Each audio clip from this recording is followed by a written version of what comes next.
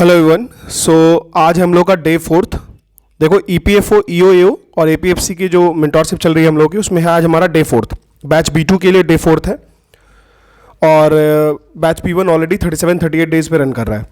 देखो एक चीज़ मैं आपको बताता हूँ, अगर आप इसको बैच बी2 से फॉलो कर रहे हो तो आपको एक चीज़ समझ में आना चाहिए कि हम लोग किस तरीके से इसको लेके चलेंगे। कुछ कुछ चीज़ें ऐसे होती हैं जो क्लियर नहीं हो पाती, उसको क्लियर करने के लिए, उसको सिंप्लीफाई करने के लिए मैं ये वीडियो लेके आ रहा हूँ। डे फोर्थ शेड्यूल है हमारा।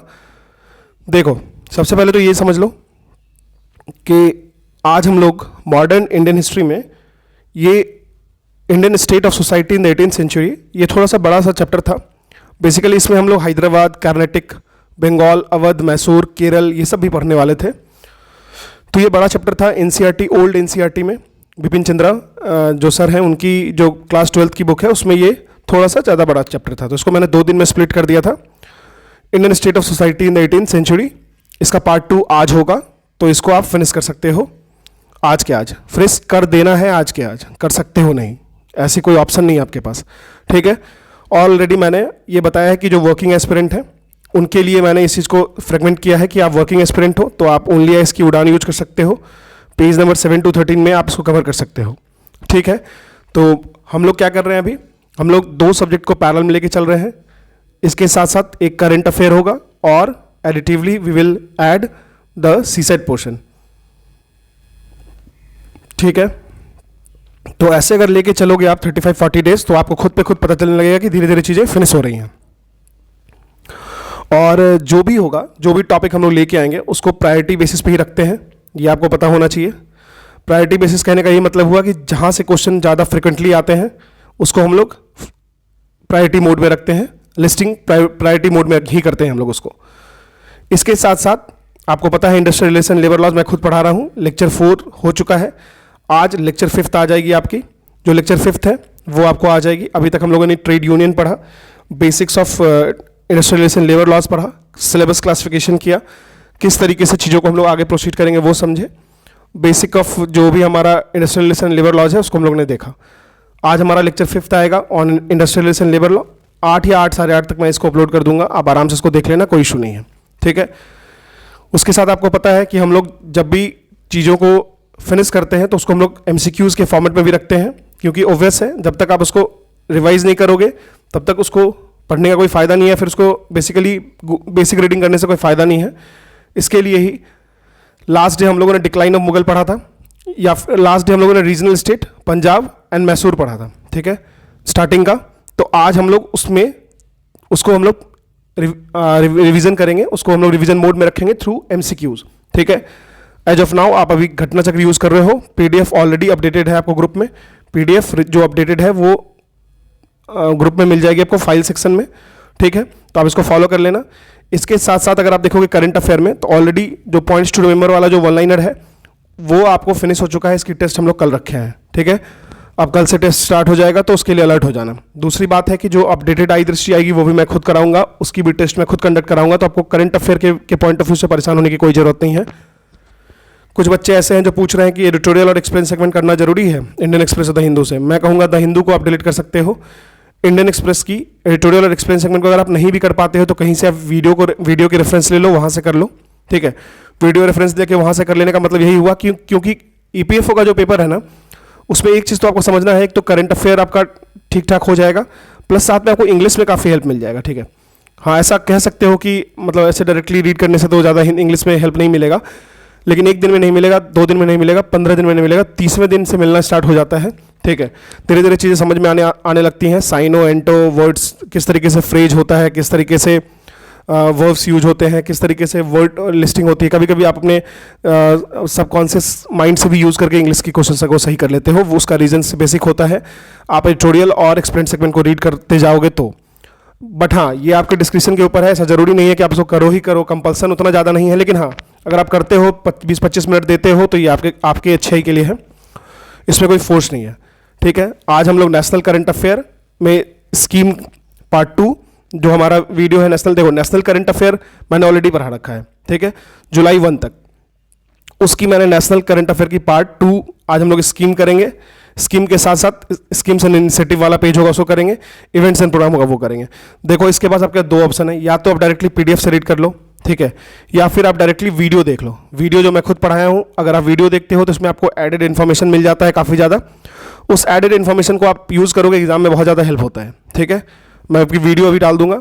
आज हमारा परसेंटेज का डे 3 है, मतलब डे 1 टिक, डे 2 टिक, आज डे 3 है। आज कोशिश करो इसको फिनिश कर देने का। सी सेट को हम लोग इसलिए प्रायोरिटी में रखते हैं क्योंकि आप PYQs रेफरेंस में लाओगे। अभी मैं इसकी एनालिसिस वीडियो लाऊंगा कि किस तरीके से सी सेट को, EPFO के लिए सी सेट में कहाँ से किस सोर्स को किस तरीके से यूज़ करेंगे, प्रायोरिटी लिस्टिंग क्या होगी, उसकी वीडियोज़ मैं लेके आऊँगा।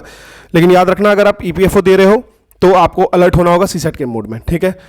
तो ये हमारा आज का शेड्यूल रहा डे 4 का। चीज़ें अभी आपको मैं जो करंट अफेयर बताया उसकी मैं पेज नंबर मेंशन कर देता हूँ इन द ग्रुप, और साथ साथ मैं वीडियो को भी आपको भेज देता हूँ, आप उसको देख लेना, ठीक है। कल की टेस्ट के लिए रेडी रहना। बहुत ज़्यादा देखो, बहुत बेसिक है, आपको लगभग 3 से लेकर 18 पेजेस 15 पेजेस की वन लाइनर करंट अफेयर है। ऑलरेडी मैंने उसकी वीडियो पढ़ा रखी है, तो आपको बस एक बार गो थ्रू करना है, चीज़ों को रिकॉल करना है, एक्टिव रिकॉल करो और आगे बढ़ो। उसका टेस्ट दोगे तो फिर से एक बार रिकॉल होगा, कुछ चीज़ें याद नहीं होगी, याद होंगी तो उसको आप अपने तरीके से याद कर लेना, ठीक है। तो ये हमारा डे 4 है। आराम से आप मेरे साथ 30-35 दिन 40 दिन चलो, मैं आपको इतना तो जरूर यकीन दिलाता हूँ कि बहुत चीज़ों को मैं फिनिश कर दूंगा। इस मेंटरशिप में तो ऑलरेडी मैं वीडियो भी करा रहा हूँ बहुत सारे सेगमेंट की, तो आपको परेशान होने की जरूरत नहीं है। इसके साथ साथ एक बात और याद रख लेना, अगर आप चाहते हो, नए हो और अगर आप चाहते हो कि इस मेंटरशिप को ज्वाइन करना, तो आप मुझे डायरेक्टली व्हाट्सएप कर सकते हो 9773761359 पे, ठीक है। या फिर आप मुझे टेलीग्राम कर सकते हो with the handle name entangled photon. अगर आप BPSC UPBCS की मेंस लिखना चाहते हो, आंसर राइटिंग में कोई इशू आ रहा है या फिर जो भी हो, आप डायरेक्टली कमेंट कर सकते हो, या फिर आप मुझे इंस्टाग्राम कर सकते हो with the same handle name IAS PCS simplified, ठीक है। ऑलरेडी जो भी इन्फॉर्मेशन है अबाउट द मेंटरशिप वो हम लोग प्रोवाइड कर दिए हैं। एक वीडियो होगी डिस्क्रिप्शन बॉक्स में, उसको फॉलो करके आप देख सकते हो हम लोग इसके थ्रू क्या क्या देने वाले हैं, ठीक है। This is all about EPFO, EOO and APFC। काफ़ी अच्छी अपॉर्चुनिटी है, बहुत ही अच्छी अपॉर्चुनिटी है, इसको स्किप मत होने देना। एटलीस्ट एक बहुत बढ़िया एक फाइट तो जरूर देना है इसमें, चाहे जो भी हो जाए, ठीक है। मतलब UPSC कंडक्ट कराती है इतने अच्छे लेवल की एग्जाम, समझो आप IRS लेवल की एग्जाम है, और वो भी एक सिंगल एग्जाम से आपका हो जाता है, ठीक है। तो बस इस पर एफर्ट तो जरूर लगाना है, चाहे जो भी हो जाए, खास करके APFC के पेपर में, ठीक है। चलिए, तो एक बात का ध्यान रखना, इसके साथ साथ अगर आपको कोई और सजेशन लगता है कि नहीं ये इसको इस तरीके इस मोड से लेके चलेंगे, तो आप बता सकते हो। लेकिन हम लोग इसमें अपना बेस्ट देने वाले हैं। बहुत सारे टेस्ट होंगे, आपको 20-25 टेस्ट होने वाले हैं, उससे ज़्यादा भी हो सकता है। प्लस हम लोग इसको साइक्लिकली रिवीजन के मोड में रखेंगे। प्लस इसके साथ साथ हम लोग इसको डेली शेड्यूल में प्रायोरिटी लिस्टिंग करके डालेंगे। मतलब ऐसा नहीं है कि हम कुछ भी डाल रहे हैं, सिलेबस है तो डाल दिए, ऐसा नहीं है। जो प्रायोरिटी लिस्टिंग में PYQs को रेफरेंस में लेते हुए जो चीज़ें बार बार रिपीट होती हैं उसको हम लोग रखेंगे सामने में। एक बात का याद रखना, आपका एक भी टॉपिक, एक भी पॉइंट हमारे जो मेंटरशिप में होगा वो आपको आपका टाइम वेस्ट नहीं करने देगा, वो आपको एकदम ओरिएंटेड रखेगा, ठीक है। एंड आराम से तैयारी करो। कोई इशू होता है डायरेक्टली, मैंने ऑलरेडी आपको व्हाट्सएप कॉन्टैक्ट दे दिया है, आप डायरेक्टली मुझे व्हाट्सएप कर सकते हो।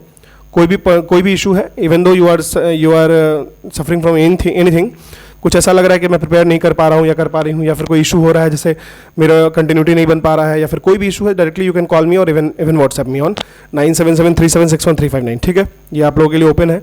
और इसके साथ साथ एक बात याद रखना, जो टॉपिक्स मिलती है फिनिश करना है आराम से, क्योंकि ऑल्टरनेटिव्स मैं दे देता हूँ, बहुत सारे वर्किंग लोग हैं वो भी करते हैं, तो आप आराम से करो।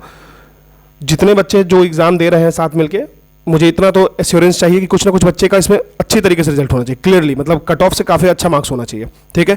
क्योंकि इसकी सिलेबस बहुत ज़्यादा ये नहीं है, आपको पता ही है। जनरल साइंस मैं खुद कराता हूँ, करंट अफेयर मैं खुद कराऊंगा, जितनी भी एडिड चीज़ें हैं वो मैं खुद कराऊंगा।